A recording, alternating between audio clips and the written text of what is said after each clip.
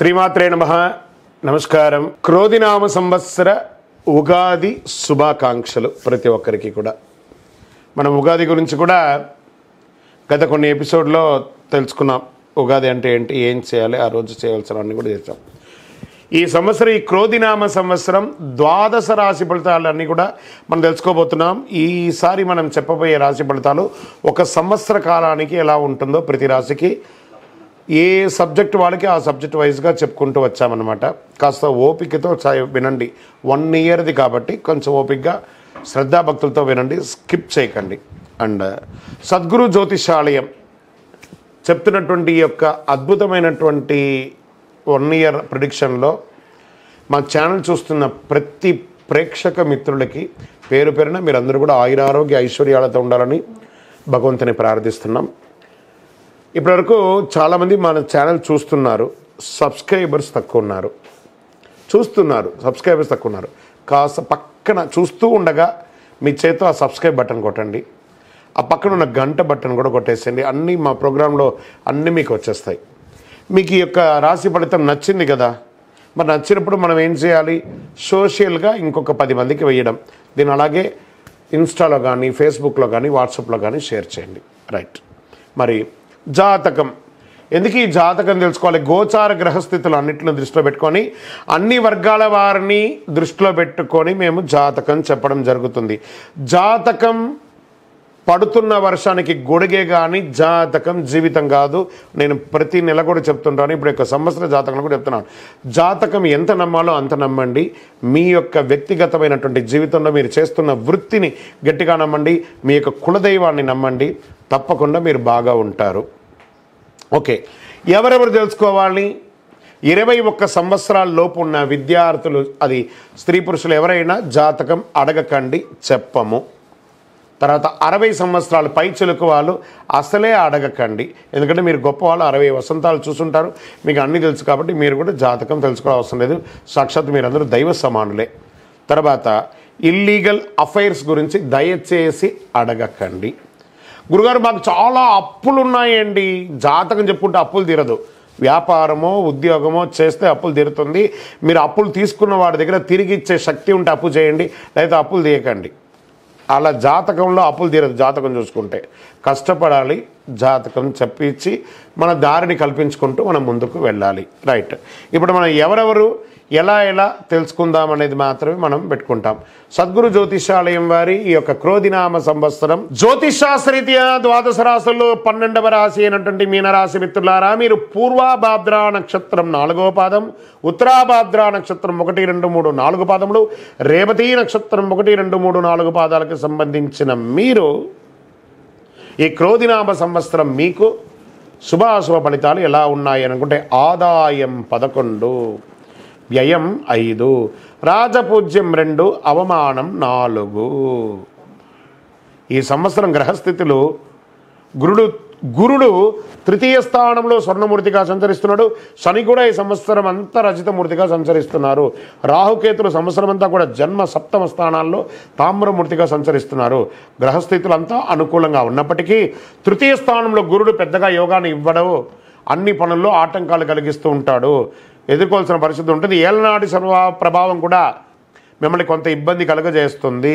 మీనరాశి వారికి ఈ సంవత్సరం ఆదాయం మాత్రం చాలా బాగుంటుంది. సంపాదించిన డబ్బులు పొదుపు చేయగలుగుతారు. రావాల్సిన ధనము చేతికి అందుతుంది. మొండి బకాయిలు వసూలు అవుతాయి. అనవసరమైన ఖర్చులు ఉన్నప్పటికీ ఆదాయం కూడా బాగుంటుంది. మీనరాశి మిత్రులారా, ఎదుటి వాళ్ళని గౌరవించడం నేర్చుకోండి. ఫస్ట్ మీరు ఎదుటి వాళ్ళని వారి స్థానానికి గౌరవించడం మీరు నేర్చుకోవాలి. కాస్త మీకు దుడుకు స్వభావం ఉంటుంది. క్షణచిత్తం క్షణమాయం. చాప నీళ్ళలో ఎలా ఉంటుందో అలాగే ఉంటుంది మీ యొక్క బుద్ధి ప్రవర్తన కూడా. ఈ క్షణం ఏం చేయాలనుకున్నారో వచ్చే క్షణం దాన్ని మర్చిపోయి మీ ఇష్టం వచ్చినట్టు చేస్తారు. అలా కాకుండా జాగ్రత్తగా ఉండాలి. అప్పులు ఇవ్వడం కానీ అప్పులు తీసుకోవడం కానీ మంచిది కాదు. ఈ సంవత్సరం షూరిటీ సంతకాలు చేయడం కానీ అది మంచిది కాదు. రుణ బాధలు తగ్గుతాయి. ఆర్థిక వనరులు పెరుగుతాయి. వ్యాపారంలో లాభాలు ఉన్నప్పటికీ కొంత ఒడిదుడుకులు తప్పదు. నూతన వ్యాపారాలు ప్రారంభించకండి. మీ శ్రమకు ఫలితం ఉంటుంది. శత్రువులు కూడా పెరిగే అవకాశాలు ఉన్నాయి. నరదృష్టి పెరుగుతుంది. మీరు చాలా జాగ్రత్తగా వ్యవహరించాల్సిన సమయం కూడా ఉంది. అన్ని పనుల్లో ఒక్కొక్కసారి ఆటంకాలు వస్తాయి. కుటుంబంలో కలహాలు, మిత్రులతో మనస్పర్ధలు వచ్చే అవకాశాలు ఎక్కువ కనబడుతున్నాయి. భార్యాభర్తల మధ్య సఖ్యత లోపం అవుతుంది, ఆచితూచి వ్యవహరించండి. ఏవైనా చిన్న చిన్న గొడవలు జరిగినప్పటికీ వాటిని అధిగమించి సర్దుకుపోయి కూర్చొని మాట్లాడండి, అన్నీ సెట్ అయిపోతుంది. వివాహేతర సంబంధాలు మిమ్మల్ని ఇబ్బంది గురి చేస్తాయి కాబట్టి అలాంటి వాటి జోలికి వెళ్ళకండి, దానివల్ల మీ జీవితాలే నాశనం అవుతాయి. మీనరాశి మిత్రులారా జాగ్రత్త. మీరు కాస్త సున్నితమైనటువంటి మనస్తత్వం గలవారు, కాస్త జాగ్రత్తగా ఉండండి. వివాహం జరగాలనుకున్న వారికి కాస్త ఆలస్యం జరిగే అవకాశాలు ఉన్నాయి. సంతానానికి సంబంధించిన విషయాల్లో చాలా అనుకూలమైన వాతావరణం ఉంది. గర్భిణీ స్త్రీలకి కూడా చక్కగా ఆరోగ్యవంతులు కాబట్టి కొంచెం చిన్న చిన్న ఇబ్బందులు కలిగిన అద్భుతమైనటువంటి సంతానాన్ని పొందుతారు. కుటుంబ సభ్యుల మధ్య, అన్నదమ్ములు అక్కచెల్ల మధ్య ఆచితూచి వ్యవహరించండి, లేదా బంధుత్వం విరిగిపోయే అవకాశాలు ఉన్నాయి. ఈ సంవత్సరం మీనరాశి వారికి గృహయోగం ఉన్నప్పటికీ కాస్త ఆలస్యంగా గృహయోగం ఉంది, దానివల్ల రుణం చేయక తప్పదు. ఉద్యోగ అవకాశాలు ఉన్నప్పటికీ ఆలస్యంగా ఉద్యోగం వస్తుంది. విదేశాల్లో ఉద్యోగం చేసేవారికి కొంత ప్రతికూలత వస్తుంది. నూతన వాహనాలు కొనుక్కోవడం వల్ల విపరీతమైన ధన నష్టం, వాహనాలు మార్చడం, ఆర్థిక ఇబ్బందులు ఎదుర్కోవడం ఇవన్నీ కనబడుతున్నాయి.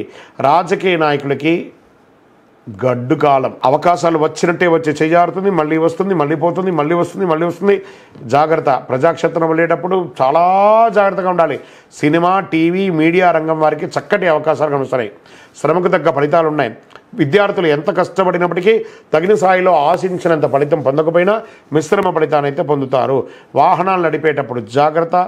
వాహన ప్రమాదాలు జరిగే అవకాశాలు ఉన్నాయి. వ్యసనాల వల్ల సమస్యలు తలెత్తే అవకాశాలున్నాయి. కుల వృత్తులు చేసేవారికి కలిసి వస్తుంది. ఈ సంవత్సరం అనారోగ్యం పట్ల జాగ్రత్తగా చూసుకోవాలి. శస్త్రచికిత్స అయ్యే అవకాశాలు ఉన్నాయి, శ్రద్ధ వహించాలి. వ్యవసాయదారులకి చాలా అనుకూలంగా ఉంటుంది. ఆశించిన లాభాలు రావడంతో పాటు ఒత్తిడి కూడా ఉంటుంది. ఓవరాల్ మీనరాశి వారు మిశ్రమంగా శ్రమించాలి. అన్నిటికీ ఒకటే మార్గం ఏం చెప్పండి? గమ్ గణపతి అనమాట. సైలెంట్గా ఉంటే అన్నీ సాధించగలరు. మీనరాశి మిత్రులారా, మీరు 5 అనే ఒక సంఖ్యను ఎక్కువ వాడండి. Pink and red and green 3 colour కూడా మీకు చాలా చాలా చాలా కలిసి వస్తుంది. దక్షిణ దిశ ప్రయాణాలు మీకు చాలా అనుకూలాన్ని కలిగిస్తుంది. దైవ ప్రార్థన చేయండి. మీ ఇష్టదైవ ప్రార్థన, కులదైవ ప్రార్థన చేయండి. మీ ఇంటి ఇలవేలపకి ప్రార్థన చేయండి. దేవాలయానికి వెళ్ళి నవగ్రహాలకి ప్రదక్షిణం చేయండి. మీ వయస్సు ఎంత ఉందో అన్ని నువ్వుల నూనెతో దీపం వెలిగించండి. ప్రతి శనివారము అక్కడ ప్రార్థన చేయండి. దేహి మే బుద్ధి వైశిష్ట్యం, దేహి మే నిత్య యవ్వనం, దేహి మే పరమ ఆనందం, దేవదేవ జగత్పతి అని చెప్పి ప్రార్థన చేయండి. ఇంకా మీ యొక్క వ్యక్తిగత జాతకం తెలుసుకోవాలనుకుంటున్నారా?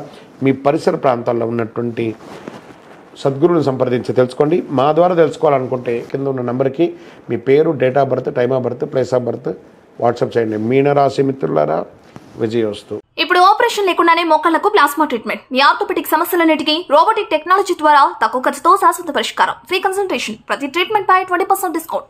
ఈ ఆఫర్ కొద్ది రోజులు మాత్రమే. త్వరపడండి. V9 hospitals 9281465842.